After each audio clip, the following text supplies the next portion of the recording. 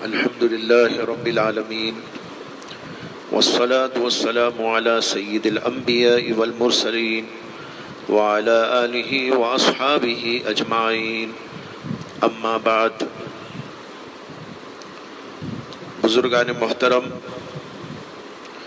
2 دنوں سے برکت کی حقیقت اور برکت کے اسباب کا ذکر ہو رہا ہے، اور اس سلسلے میں متعدد امور آپ حضرات کے سامنے بیان کیے گئے، اور اخیر میں کل یہ بیان ہوا تھا کہ والدین کے ساتھ صلہ رحمی اور ان کی خدمت اور اطاعت اور ان کے حقوق کو ادا کرنا اور دیگر رشتہ داروں کے ساتھ صلہ رحمی اور اچھا سلوک کرنا، اس سے بھی اللہ تبارک و تعالیٰ کی جانب سے برکتیں عطا کی جاتی ہیں۔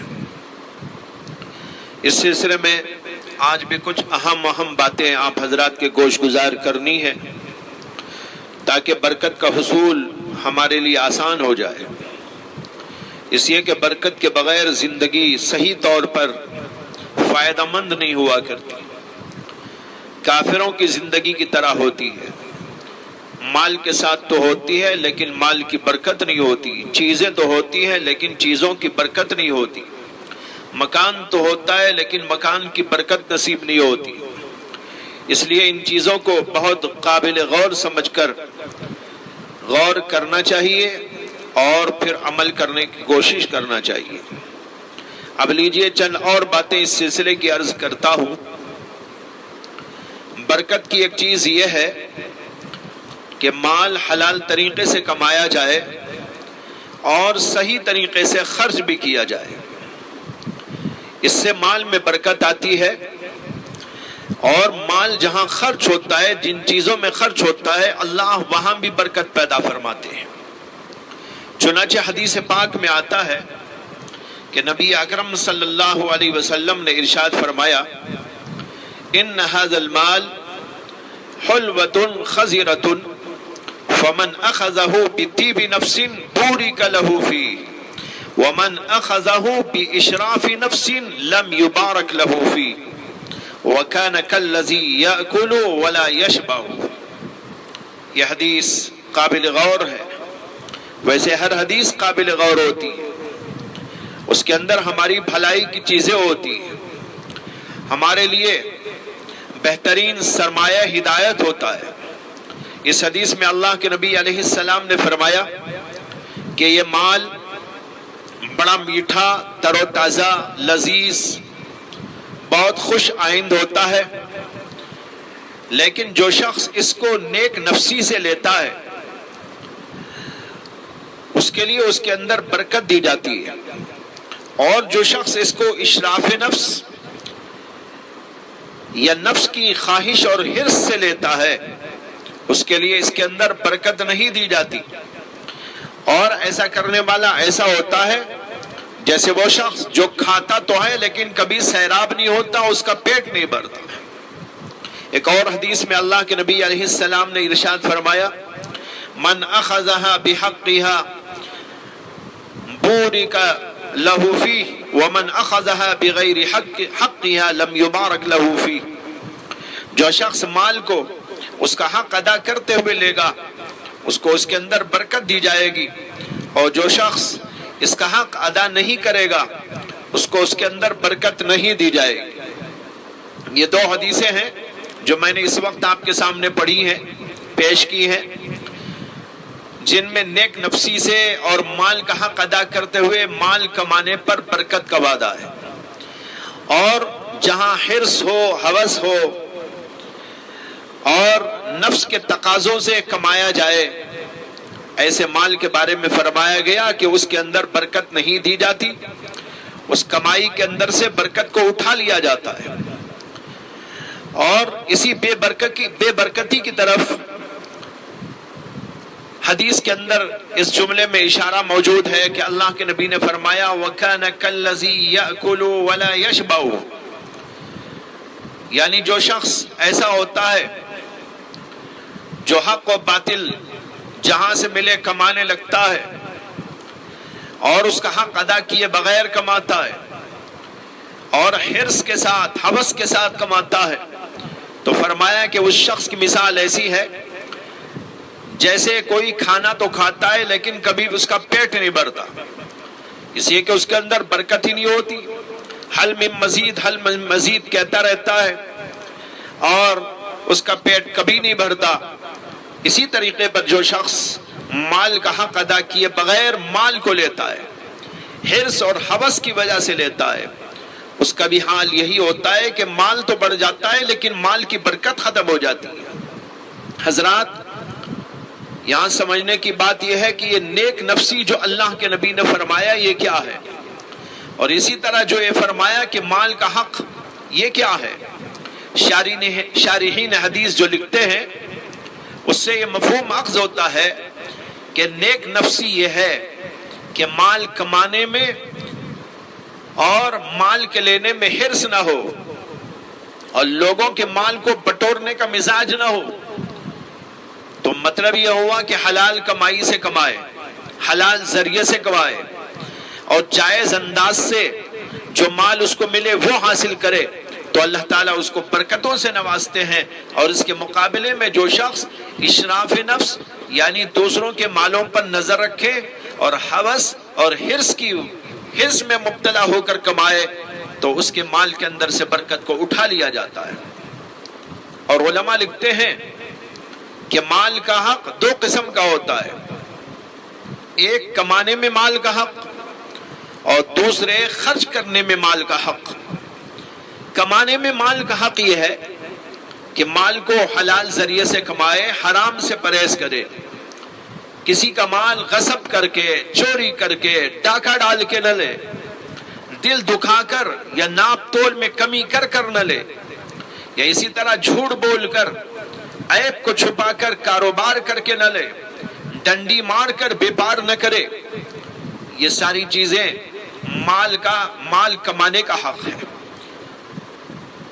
لہذا حدیث کا معنی یہ ہوا کہ جو شخص مال کو صحیح اور حق طریقے سے حاصل کرے گا اس کو اللہ برکت عطا کریں گے، اور جو اس کے خلاف غلط اور ناجائز طریقے سے کمائے گا اس کو اللہ تعالیٰ برکت سے محروم کر دیں گے۔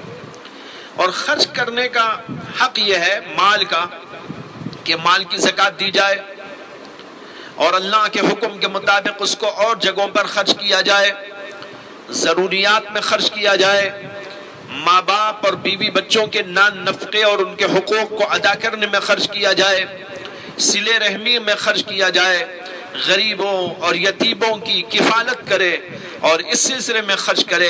اسی طرح اور بہت سارے نیک کام ہوا کرتے ہیں ان کے اندر خرچ کرے، جیسے کہیں ضرورت ہے مسجد کو بنانے کی اس کے اندر حصے دار بنے، مدرسوں کے بنانے میں حصے دار بنے، اور اسی طرح ملی خدمات میں خرچ کیا جائے، اشاعت دین میں خرچ کیا جائے، تبلیغ دین کے لیے خرچ کیا جائے۔ یہ ہے مال کو خرچ کرنے کا حق۔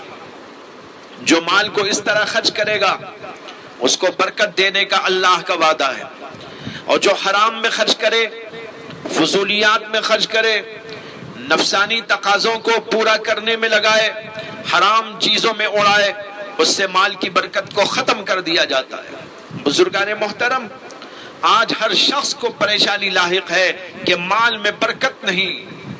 ہر آدمی کہتا ہے کہ میں مال کماتا ہوں لیکن مال میں برکت نہیں ہوتی، لیکن کبھی یہ بھی سوچا کہ کیوں نہیں ہوتی؟ اس لیے کہ کمائی میں بھی اس کا حق ادا نہیں کرتے اور خرچ کرنے میں بھی اس کا حق ادا نہیں کرتے، فضولیات میں خرچ کرتے ہیں، حرام کاموں میں خرچ کرتے ہیں، غلط جگہوں پر خرچ کرتے ہیں، کماتے بھی غلط طریقے پر اور خرچ کرتے بھی ہیں تو غلط طریقے پر۔ اگر ہم ان چیزوں پر غور کریں اور مال کو کمانے میں اور خرچ کرنے میں دونوں میں اس کا حق ادا کرے تو پھر دیکھیے کہ کس طرح اللہ کی طرف سے برکت کے دروازے کھل جاتے ہیں۔ ایک اور چیز جس سے برکت ملتی ہے وہ ہے خیر خیرات، زکوٰۃ کی ادائیگی، غریبوں کی خبرگیری، یتیموں کی پرورش اور بہت سارے دینی خدمات جس کا میں نے ابھی کچھ دیر پہلے آپ کے سامنے ذکر کیا۔ ان سب چیزوں کے اندر خرچ کرنا یہ بھی اپنے مال کے سلسلے میں اور دیگر چیزوں کے سلسلے میں برکت کو لانے والی چیز ہے۔ قرآن کریم کے اندر اللہ کا ارشاد ہے وَمَا آتَيْتُم مِّن زَكَاةٍ تُرِيدُونَ وَجْهَ اللَّهِ وَمَا آتَيْتُم مِّن زَكَاةٍ تُرِيدُونَ وَجْهَ اللَّهِ فَأُولَئِكَ هُمُ الْمُضْعِفُونَ۔ کیا مطلب ہے؟ اللہ تعالیٰ کہتے ہیں کہ جو زکوٰۃ اور صدقات تم محض اللہ کی رضا کے لیے دیتے ہو تو ایسے ہی لوگ اپنے مال کو بڑھانے والے ہیں۔ یہاں پر فرمایا ہم المضعفون، فاولئک ہم المضعفون۔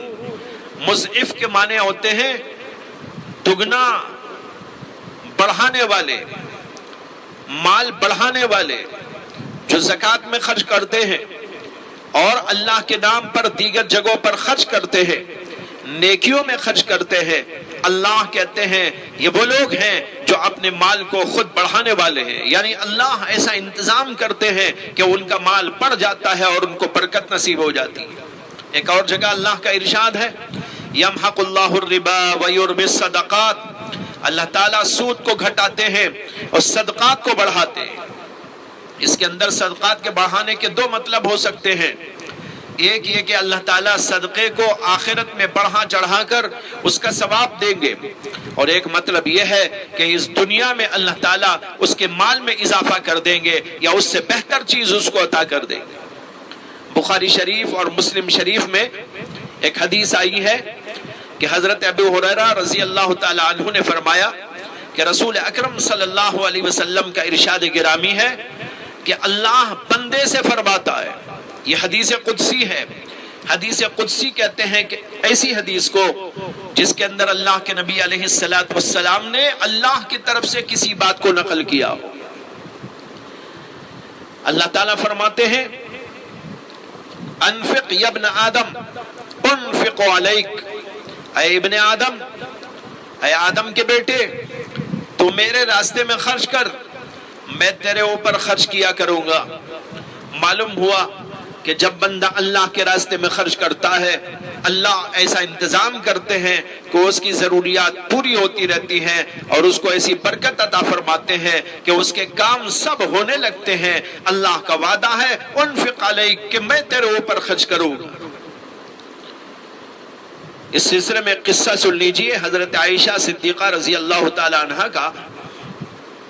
قصے تو بہت ہیں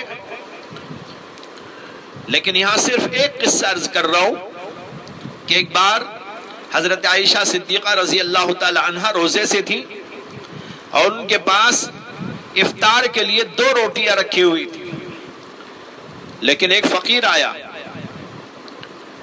تو آپ نے اپنی باندی کو حکم دیا کہ 2 روٹیوں میں سے 1 روٹی اس فقیر کو دے دو۔ باندی نے 1 روٹی اس فقیر کو دے دی۔ کچھ دیر گزری کہ ایک اور فقیر آیا تو حضرت عائشہ صدیقہ نے باندی کو پھر حکم دیا کہ دوسری روٹی بھی اس فقیر کو دے دو، لیکن باندی دوسری روٹی فقیر کو دینے تیار نہ ہوئی، اس لیے کہ حضرت عائشہ صدیقہ رضی اللہ تعالی عنہ روزے سے تھی۔ باندی کو خیال آیا کہ حضرت کے لیے جب افطار کا انتظام نہ رہے گا تو کیا ہوگا، اس لیے اس روٹی کو بچا لوں۔ تو اس نے وہ دینے آمادگی کا جب اظہار نہیں کیا تو حضرت عائشہ صدیقہ رضی اللہ تعالی عنہ نے اپنے ہاتھ سے وہ روٹی پردے کے نیچے سے فقیر کی طرف پھینک دی۔ باندی نے کہا کہ امی جان آپ افطار کیا کریں گے؟ حضرت عائشہ صدیقہ رضی اللہ تعالی عنہ خاموش رہی، کوئی جواب نہ دیا۔ پھر جب شام ہوئی تو ایک شخص نے دروازے پر دستک دی اور کہا کہ میں فلاں آدمی کی طرف سے آیا ہوں، مجھے اندر آنے کی اجازت دی جائے۔ جب وہ اندر آیا تو دیکھا کہ وہ بھونی ہوئی بکری اور روٹیاں لے کر آیا ہے۔ بہرحال یہ دیکھ کر چلا گیا۔ حضرت عائشہ صدیقہ رضی اللہ تعالی عنہا نے باندی سے کہا کہ دیکھ یہ کیا اس روٹی سے بہتر نہیں ہے؟ پھر فرمایا کہ یہ لوگ تو ہمیں ہدیہ کبھی نہیں دیتے تھے، یہ لوگ جنہوں نے یہ ہدیہ دیا انہوں نے تو کبھی ہم کو ہدیہ دیا ہی نہیں، آج ہی انہوں نے ہدیہ دیا ہے، یعنی اللہ کی طرف سے انتظام ہے۔ اس کو کہتے ہیں برکت۔ جب اللہ کے نام پر دیا جاتا ہے اللہ غیب سے انتظامات کرتے ہیں، غیب سے برکتیں پیدا فرما دیتے ہیں۔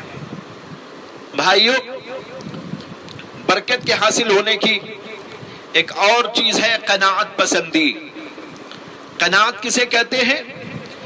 اللہ کی تقسیم پر راضی رہنا، اللہ کے دیے ہوئے رزق کے اوپر راضی برضا رہنا، اور دل مطمئن رہے کہ اللہ نے جو مجھ کو دے دیا میرے لیے کافی ہے۔ اللہ تعالیٰ قناعت کرنے والوں کو برکت عطا کرتے ہیں۔ چنانچہ امام احمد بن حنبل نے اپنے مسند کے اندر ایک حدیث روایت کی ہے جس میں آتا ہے کہ اللہ کے رسول علیہ السلام نے فرمایا ان اللہ تعالی یبتلی عبدہ بما آتاہ فمن رضی بما قسم اللہ لہ بارک اللہ لہ فیہ ووسعہ ومن لم یرضی لم یبارک لہ فیہ۔ اللہ تعالیٰ اپنے بندے کو مال دولت دے کر آزمائش کرتے ہیں، بس جب وہ شخص اللہ کی تقسیم پر راضی ہو جائے تو اس کو برکت دیتے ہیں اور اس میں اور وسعت پیدا فرما دیتے ہیں، اور جو اللہ کی تقسیم پر راضی نہیں ہوتا اس کو برکت عطا نہیں کرتے۔ حضرات، اللہ تعالیٰ کی جانب سے مال اور دولت اور اس کے علاوہ ہر چیز بندوں کو دی جاتی ہے، صحت دی جاتی ہے، عافیت دی جاتی ہے، اور مال دیا جاتا ہے، کپڑے لتے دیے جاتے ہیں، مکان دکان دیا جاتا ہے، سب کچھ اسی کی طرف سے دیا جاتا ہے، اور یہ دینا اللہ کی حکمت پر مبنی ہوتا ہے۔ کسی کو کم دیتے ہیں تو کسی کو زیادہ دیتے ہیں، اور کبھی دیتے ہیں تو کبھی چھین لیتے ہیں، یہ سب اللہ کی حکمت سے ہوتا ہے۔ لہذا اللہ کی تقسیم پر راضی رہنا چاہیے۔ جو زیادہ پاتے ہیں وہ تو راضی رہتے ہیں، لیکن جن کو کم دیا جاتا ہے وہ ناراض ہو جاتے ہیں، یہ اللہ کو پسند نہیں ہے۔ ایسے لوگ اللہ کا شکوہ کرتے ہیں، اللہ کو شکوہ پسند نہیں ہے۔ اللہ کم دے تو اس پر بھی راضی ہو، اگر اللہ زیادہ دے تو اس کے اوپر بھی راضی ہو، اللہ صحت دے تو اس کے اوپر بھی راضی ہو، اللہ بیماری دے تو اس کے اوپر بھی راضی ہو، اللہ تعالیٰ عطا کریں تو اس پر بھی راضی ہو، اگر اللہ عطا نہ کریں تو اس پر بھی راضی ہو۔ بندہ مومن کی شان تو یہ ہوتی ہے۔ جو لوگ اللہ کا شکوہ کرتے ہیں کم دینے پر، اللہ نے ان کا ذکر قرآن میں کیا ہے، اللہ نے ان لوگوں کا شکوہ کیا ہے۔ ایک جگہ اللہ تعالیٰ کہتے ہیں فَأَمَّا الْإِنسَانُ إِذَا مَا ابْتَلَاهُ رَبُّهُ فَأَكْرَمَهُ وَنَعَمَهُ فَيَقُولُ رَبِّي أَكْرَمَنِ وَأَمَّا إِذَا مَا ابْتَلَاهُ فَقَدَرَ عَلَيْهِ رِزْقَهُ فَيَقُولُ رَبِّي أَهَانَنِ۔ اس کا مطلب یہ ہے اللہ تعالیٰ کہتے ہیں کہ انسان کو جب اس کا رب آزمانے کے لیے مال دولت دیتا ہے تو وہ فخر میں غرور میں مبتلا ہو جاتا ہے، بڑائیاں کرنے لگتا ہے، اور لوگوں کے سامنے ڈینگے مار کر کہتا ہے ربی اکرمن، میں تو میرے رب کے پاس بڑا مکرم ہوں، میں میرے رب کے پاس بڑا قابل قدر ہوں، میں بہت ہی عزت دار ہوں، فخر میں مبتلا ہو جاتا ہے، اور یہ سمجھتا ہے کہ یہ مال دولت کا بڑھ جانا اس کی مقبولیت کی دلیل ہے۔ اور جب بندے کو اللہ آزمائش کرتے ہوئے اس کی روزی میں تنگی کر دیتے ہیں، کمی کر دیتے ہیں، تو وہ اللہ کا شکوہ کرنے لگتا ہے اور پھر یوں کہتا ہے کہ ربی اہانن، میرے رب نے میری توہین کر دی۔ اللہ کو یہ شکوہ پسند نہیں، نہ غرور پسند ہے۔ اسی طرح اور بھی قرآن میں جگہ جگہ اس کا ذکر آیا ہے۔ ایک اور جگہ اللہ تعالیٰ کہتے ہیں وَلَئِنْ أَذَقْنَا الْإِنسَانَ مِنَّا رَحْمَةً ثُمَّ نَزَعْنَاهَا مِنْهُ إِنَّهُ لَيَئُوسٌ كَفُورٌ وَلَئِنْ أَذَقْنَاهُ نَعْمَاءَ بَعْدَ ضَرَّاءٍ مَسَّتْهُ لَيَقُولَنَّ ذَهَبَ السَّيِّئَاتُ عَنِّي إِنَّهُ لَفَرِحٌ فَخُورٌ۔ اللہ تعالیٰ کہتے ہیں کہ اگر ہم انسان کو اپنی رحمت اور نعمت کا مزہ چکھاتے ہیں اور پھر اس سے اس کو چھین لیتے ہیں تو نا امید ہو جاتا ہے اور ناشکراپن بتاتا ہے، کفور بن جاتا ہے۔ اور اگر اس کو مصیبت کے بعد ہم نعمتوں سے نوازتے ہیں تو کہتا ہے میرا دکھ درد سب ختم ہو گیا. وہ بڑا اترانے والا اور بڑا شیخی بگاڑنے والا ہے. بھائیو، اللہ تعالیٰ کو نہ یہ پسند ہے کہ نعمتوں پر فخر اور شیخی کرے، اور نہ یہ پسند ہے کہ اللہ سے مایوس ہو اور ناشکر پن کا مظاہرہ کرے. پسند کیا ہے؟ پسند یہ ہے کہ اللہ کی تقسیم پر راضی رہے، جب دے تو شکر گزاری کرے، اور کچھ کمی ہو جائے تو صبر کرے، اور یہ سمجھے کہ اسی کے اندر میری بھلائی ہے. اس کو کہتے ہیں قناعت پسندی. قناعت پسندی اللہ کو پسند ہے، اور جب بندہ قناعت کو اختیار کرتا ہے تو اس کو برکتیں دی جاتی ہیں، اور تھوڑا مال بھی اس کے لیے کافی ہو جاتا ہے. اور جب بندہ قناعت کو چھوڑ کر اللہ کا شکوہ کرنے لگتا ہے تو اس سے برکتوں کو اٹھا لیا جاتا ہے. لہٰذا جو ملے اس کو لو، اور صبر سے اور قناعت سے اس کو استعمال میں لاؤ. اس کے نتیجے میں برکت مل جائے گی اور کام غیب سے انجام پانے لگے. ایک اور چیز جس سے برکت ملا کرتی ہے وہ ہے تجارت اور کاروبار میں سچائی اختیار کرنا. لوگ آج یہ سمجھتے ہیں کہ جھوٹ بولنے سے کاروبار چلتا ہے، جھوٹ بولنے سے کاروبار بڑھتا ہے. جھوٹ بول کر عیسیٰ کی ٹوپی موسیٰ کو، موسیٰ کی عیسیٰ کو پہناتے رہے تو ہماری ترقی ہوتی ہے. لیکن ہمیں تو یہ سکھایا گیا کہ سچ سے کاروبار بڑھتا ہے، اس میں ترقی ہوتی ہے اور اس کے اندر برکتیں حاصل ہوتی ہیں. حدیث کے اندر آتا ہے کہ رسول اکرم صلی اللہ علیہ وسلم نے ارشاد فرمایا البیعان بالخیار ما لم يتفرقا فإن صدقا وبینا بورک لہما فی بیعہما وإن کذبا وکتما محقت برکت بیعہما. اللہ کے نبی علیہ السلام فرماتے ہیں کہ بیچنے اور خریدنے والے دونوں کو اختیار ہوتا ہے اس وقت تک جب تک کہ وہ آپس میں جدا نہ ہو جائے، یعنی جدا ہونے سے پہلے اپنے معاملے کو یا تو پورا کر لے یا اس کو ختم کر لے. لیکن جب معاملہ کر کے وہ جدا ہو گئے تو اب ان کو معاملہ ختم کرنے کا اختیار نہیں. اس کے بعد میں کہتے ہیں اگر وہ سچائی سے کام لے اور چیز کی اصلیت اور حقیقت کو بیان کر دے تو ان میں یہ عیب ہے، یہ کھوٹ ہے، یہ بیان کر دے تو ان دونوں کو ان کے کاروبار میں اور ان کے معاملے میں برکت دی جاتی ہے. اور اگر وہ جھوٹ بولے اور چیز کے عیب کو چھپائے تو ان کے کاروبار سے برکتوں کو اٹھا لیا جاتا ہے. یہ حدیث بخاری اور مسلم کے اندر موجود ہے.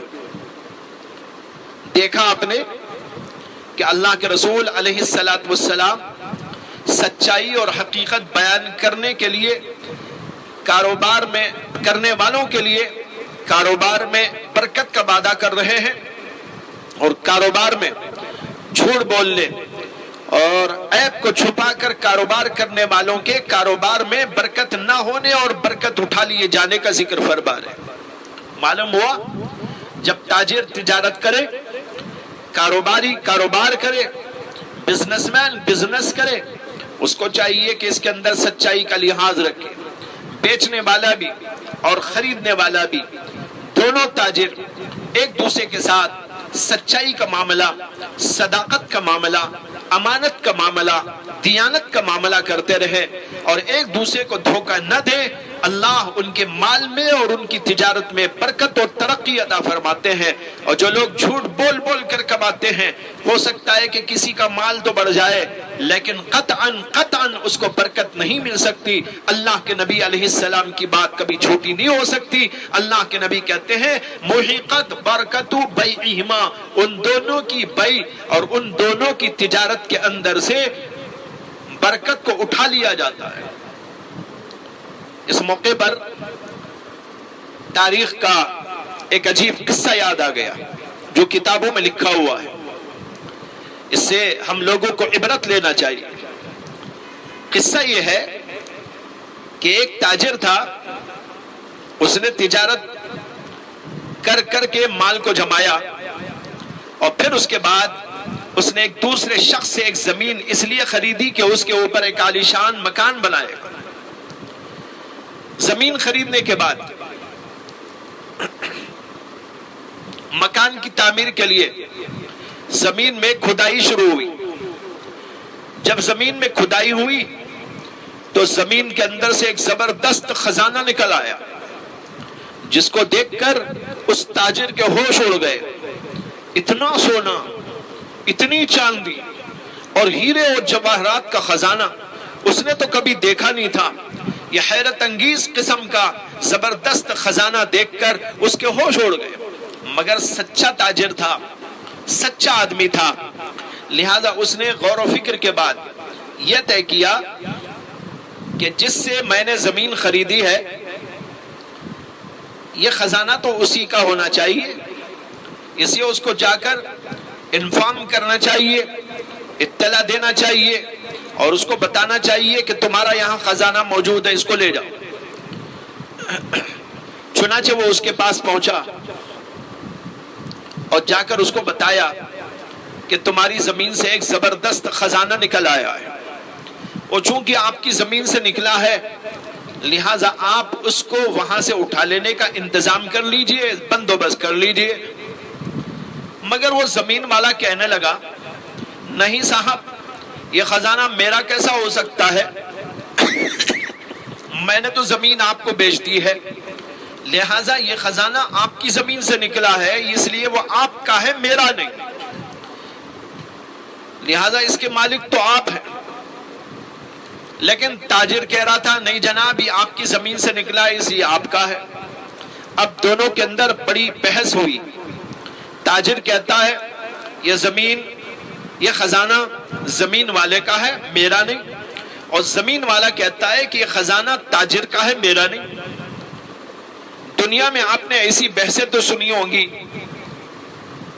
کہ لوگ کہتے ہیں میرا ہے میرا ہے، ہر ایک کہتا ہے کہ میرا ہے میرا ہے. ایسا کبھی آپ نے نہیں سنا ہوگا کہ ہر ایک کہتا ہو کہ یہ تیرا ہے اور یہ تیرا ہے. بہرحال یہ عجیب و غریب بحث اس نے طول پکڑا. معاملہ قاضی کے پاس پہنچا تو قاضی صاحب نے ان کا مسئلہ سنا اور انہوں نے کہا کہ یہ ایسا کیس تو میں ابھی دیکھ رہا ہوں کہ خزانہ لینے کو تیار نہ ہو اور ہر آدمی یہ کہہ رہا ہو کہ یہ تیرا ہے میرا نہیں. اس کے بعد قاضی صاحب نے ایک بڑا زبردست فیصلہ سنایا جو بڑا حیرت انگیز بھی ہے اور قاضی صاحب کی فراست کی دلیل بھی ہے. قاضی صاحب نے دونوں کی گفتگو سنی، دونوں کا دعویٰ سنا اور دونوں کی سچائی کا اندازہ کیا، دونوں کی امانت داری کا اندازہ لگایا اور سوچا کہ ایسے اچھے لوگ دنیا میں بہت کم ہوتے ہیں جو دوسرے کو دینا چاہتے ہیں، خود لینا نہیں چاہتے. ایسی امانت والے، ایسی دیانت والے تو دنیا کے اندر نادر الوجود ہیں. تو قاضی صاحب نے فیصلہ سنایا. پہلے تو قاضی نے دونوں سے پوچھا کہ بھائیو تمہاری اولاد ہے؟ دونوں نے کہا ہاں ہماری اولاد ہے. ایک نے کہا میری لڑکی ہے اور دوسرے نے کہا کہ میرا ایک لڑکا ہے. قاضی صاحب نے کہا کہ ایسا کرو کہ ان دونوں کی شادی کر دو تاکہ یہ خزانہ بعد میں ان دونوں کی ملک ہو جائے اور ان دونوں کو مل جائے. لہذا لڑکی کو بھی مل جائے گا، لڑکے کو بھی مل جائے گا. اس طرح وہ خزانہ دونوں کا تمہاری اولاد کے اندر رہے گا. واہ کیا عجیب فیصلہ تھا، کیا بہترین فیصلہ تھا. چنانچہ اس کے بعد ان دونوں کی شادی کر دی گئی اور اس طریقے پر یہ معاملہ نمٹایا گیا. یہ ہے بھائیو برکت کا حیرت انگیز نظام. اسی طرح دو شریک کاروبار میں شرکت کرتے ہیں، پارٹنرشپ کے ساتھ بیپار کرتے ہیں اور امانت داری کا لحاظ رکھتے ہیں. کوئی کسی کو دھوکہ نہیں دیتا، کوئی کسی کے ساتھ خیانت نہیں کرتا، تو اللہ وہاں برکت پیدا فرماتے ہیں. اور اگر خیانت کرتے ہیں تو برکت کو اٹھا لیا جاتا ہے. حدیث میں آتا ہے کہ اللہ کے نبی علیہ السلام نے ارشاد فرمایا کہ اللہ فرماتا ہے، یعنی یہ بھی حدیث قدسی ہے، اللہ فرماتا ہے انا الثالث الشریکین ما لم یخن احدہما صاحبہ فاذا خان خرجت من بینہما. اللہ تبارک و تعالیٰ نے فرمایا کہ میں دو شرکت کرنے والے معاملہ کرنے والوں میں سے ایک تیسرا ہوں، یعنی میں ان دونوں کے درمیان میں ہوں، ان کا ساتھ دیتا ہوں، ان کے کاروبار میں اور ان کے معاملے میں برکت دیتا رہتا ہوں۔ یہ ہے اس کا مطلب انا الثالث الشریکین، کہ میں دو شریکوں میں سے تیسرا ہوں۔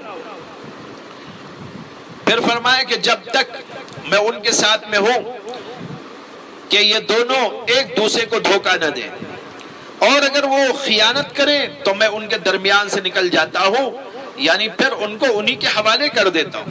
علماء لکھتے ہیں کہ ساتھ ہونے کا مطلب یہ ہے کہ میں ان کو برکتوں سے نوازتا رہتا ہوں، ان کے کام کراتا رہتا ہوں۔ کب تک؟ جب تک کہ وہ امانت داری کا معاملہ کرے، اور جب وہ خیانت کرتے ہیں تو میں ان کے درمیان سے ہٹ جاتا ہوں اور ان کو ان کے حوالے کر دیتا ہوں۔ معلوم ہوا کاروبار کے اندر ترقی کا اصول یہ ہے کہ سچائی کو اپنائے، امانت داری کو اپنائے۔ آج لوگوں نے اس کے خلاف کرنا شروع کر ڈالا اور یہ سمجھنے لگے کہ ہم ایک دوسرے کو دھوکہ دے کر آگے بڑھ سکتے ہیں۔ بھائیو، دنیا کا ایک کافر تو ہو سکتا ہے کہ اس طرح دنیا میں بڑھ جائے، لیکن مومن کے لیے تو اصول وہی ہے جو قرآن و حدیث کے اندر بیان کر دیا گیا۔ اس کے لیے اصول وہ ہے کہ اگر برکت چاہتا ہو، ترقی چاہتا ہو، تو اس کو امانت و دیانت کا معاملہ اور سچائی و صداقت کا معاملہ رکھنا چاہیے۔ آخری چیز جو برکت سے متعلق مجھے عرض کرنی ہے وہ ہے آپسی اتحاد اور اتفاق اور اختلاف اور انتشار سے پرہیز۔ اللہ تعالیٰ نے اس کے اندر بھی بڑی برکت رکھی ہے۔ چنانچہ حدیث کا یہ جملہ ہے، اللہ کے نبی علیہ السلام نے فرمایا ید اللہ مع الجماعہ، اللہ کا ہاتھ جماعت کے ساتھ میں ہے۔ اللہ کے ہاتھ کا مطلب کیا؟ یعنی اللہ تبارک و تعالیٰ کا ساتھ جماعت کے ساتھ میں ہے۔ اللہ تبارک و تعالیٰ ان لوگوں کے ساتھ میں ہے جن میں اتحاد ہوتا ہے، جن میں اتفاق ہوتا ہے۔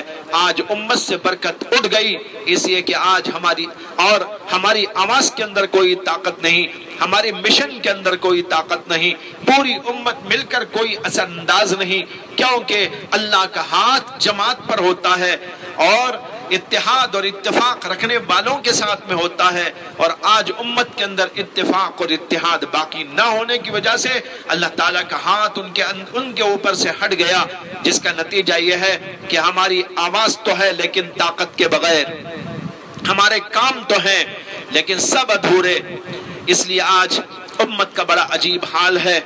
اس لیے کوشش ہونی چاہیے، تمام طبقات کی طرف سے کوشش ہونی چاہیے کہ ان میں اتفاق ہو، اتحاد ہو، مختلف مسالک کے درمیان میں اتحاد اور اتفاق ہونا چاہیے۔ اس کی کوششوں کو جو ہے سراہنا چاہیے، اور اس طرح جب اتفاق اور اتحاد پیدا ہوگا، اس سے امت کے ملی معاملات کے اندر اور ان کے اجتماعی معاملات کے اندر برکتیں پیدا ہوتی ہیں۔ یہ چند اہم باتیں آپ حضرات کے سامنے جو ہے اس سے پہلے بھی عرض کی گئی اور آج بھی عرض کی گئی، جو برکتوں کو لانے والی ہیں۔ اللہ سے دعا کرتا ہوں کہ اللہ تعالی ہم کو اور آپ کو ان سب باتوں پر عمل کی توفیق عطا فرمائے، اور برکتوں کے حاصل کرنے کا اللہ تبارک و تعالی ہمیں موقع عطا فرمائے۔ وآخر دعوانا ان الحمد للہ رب العالمین۔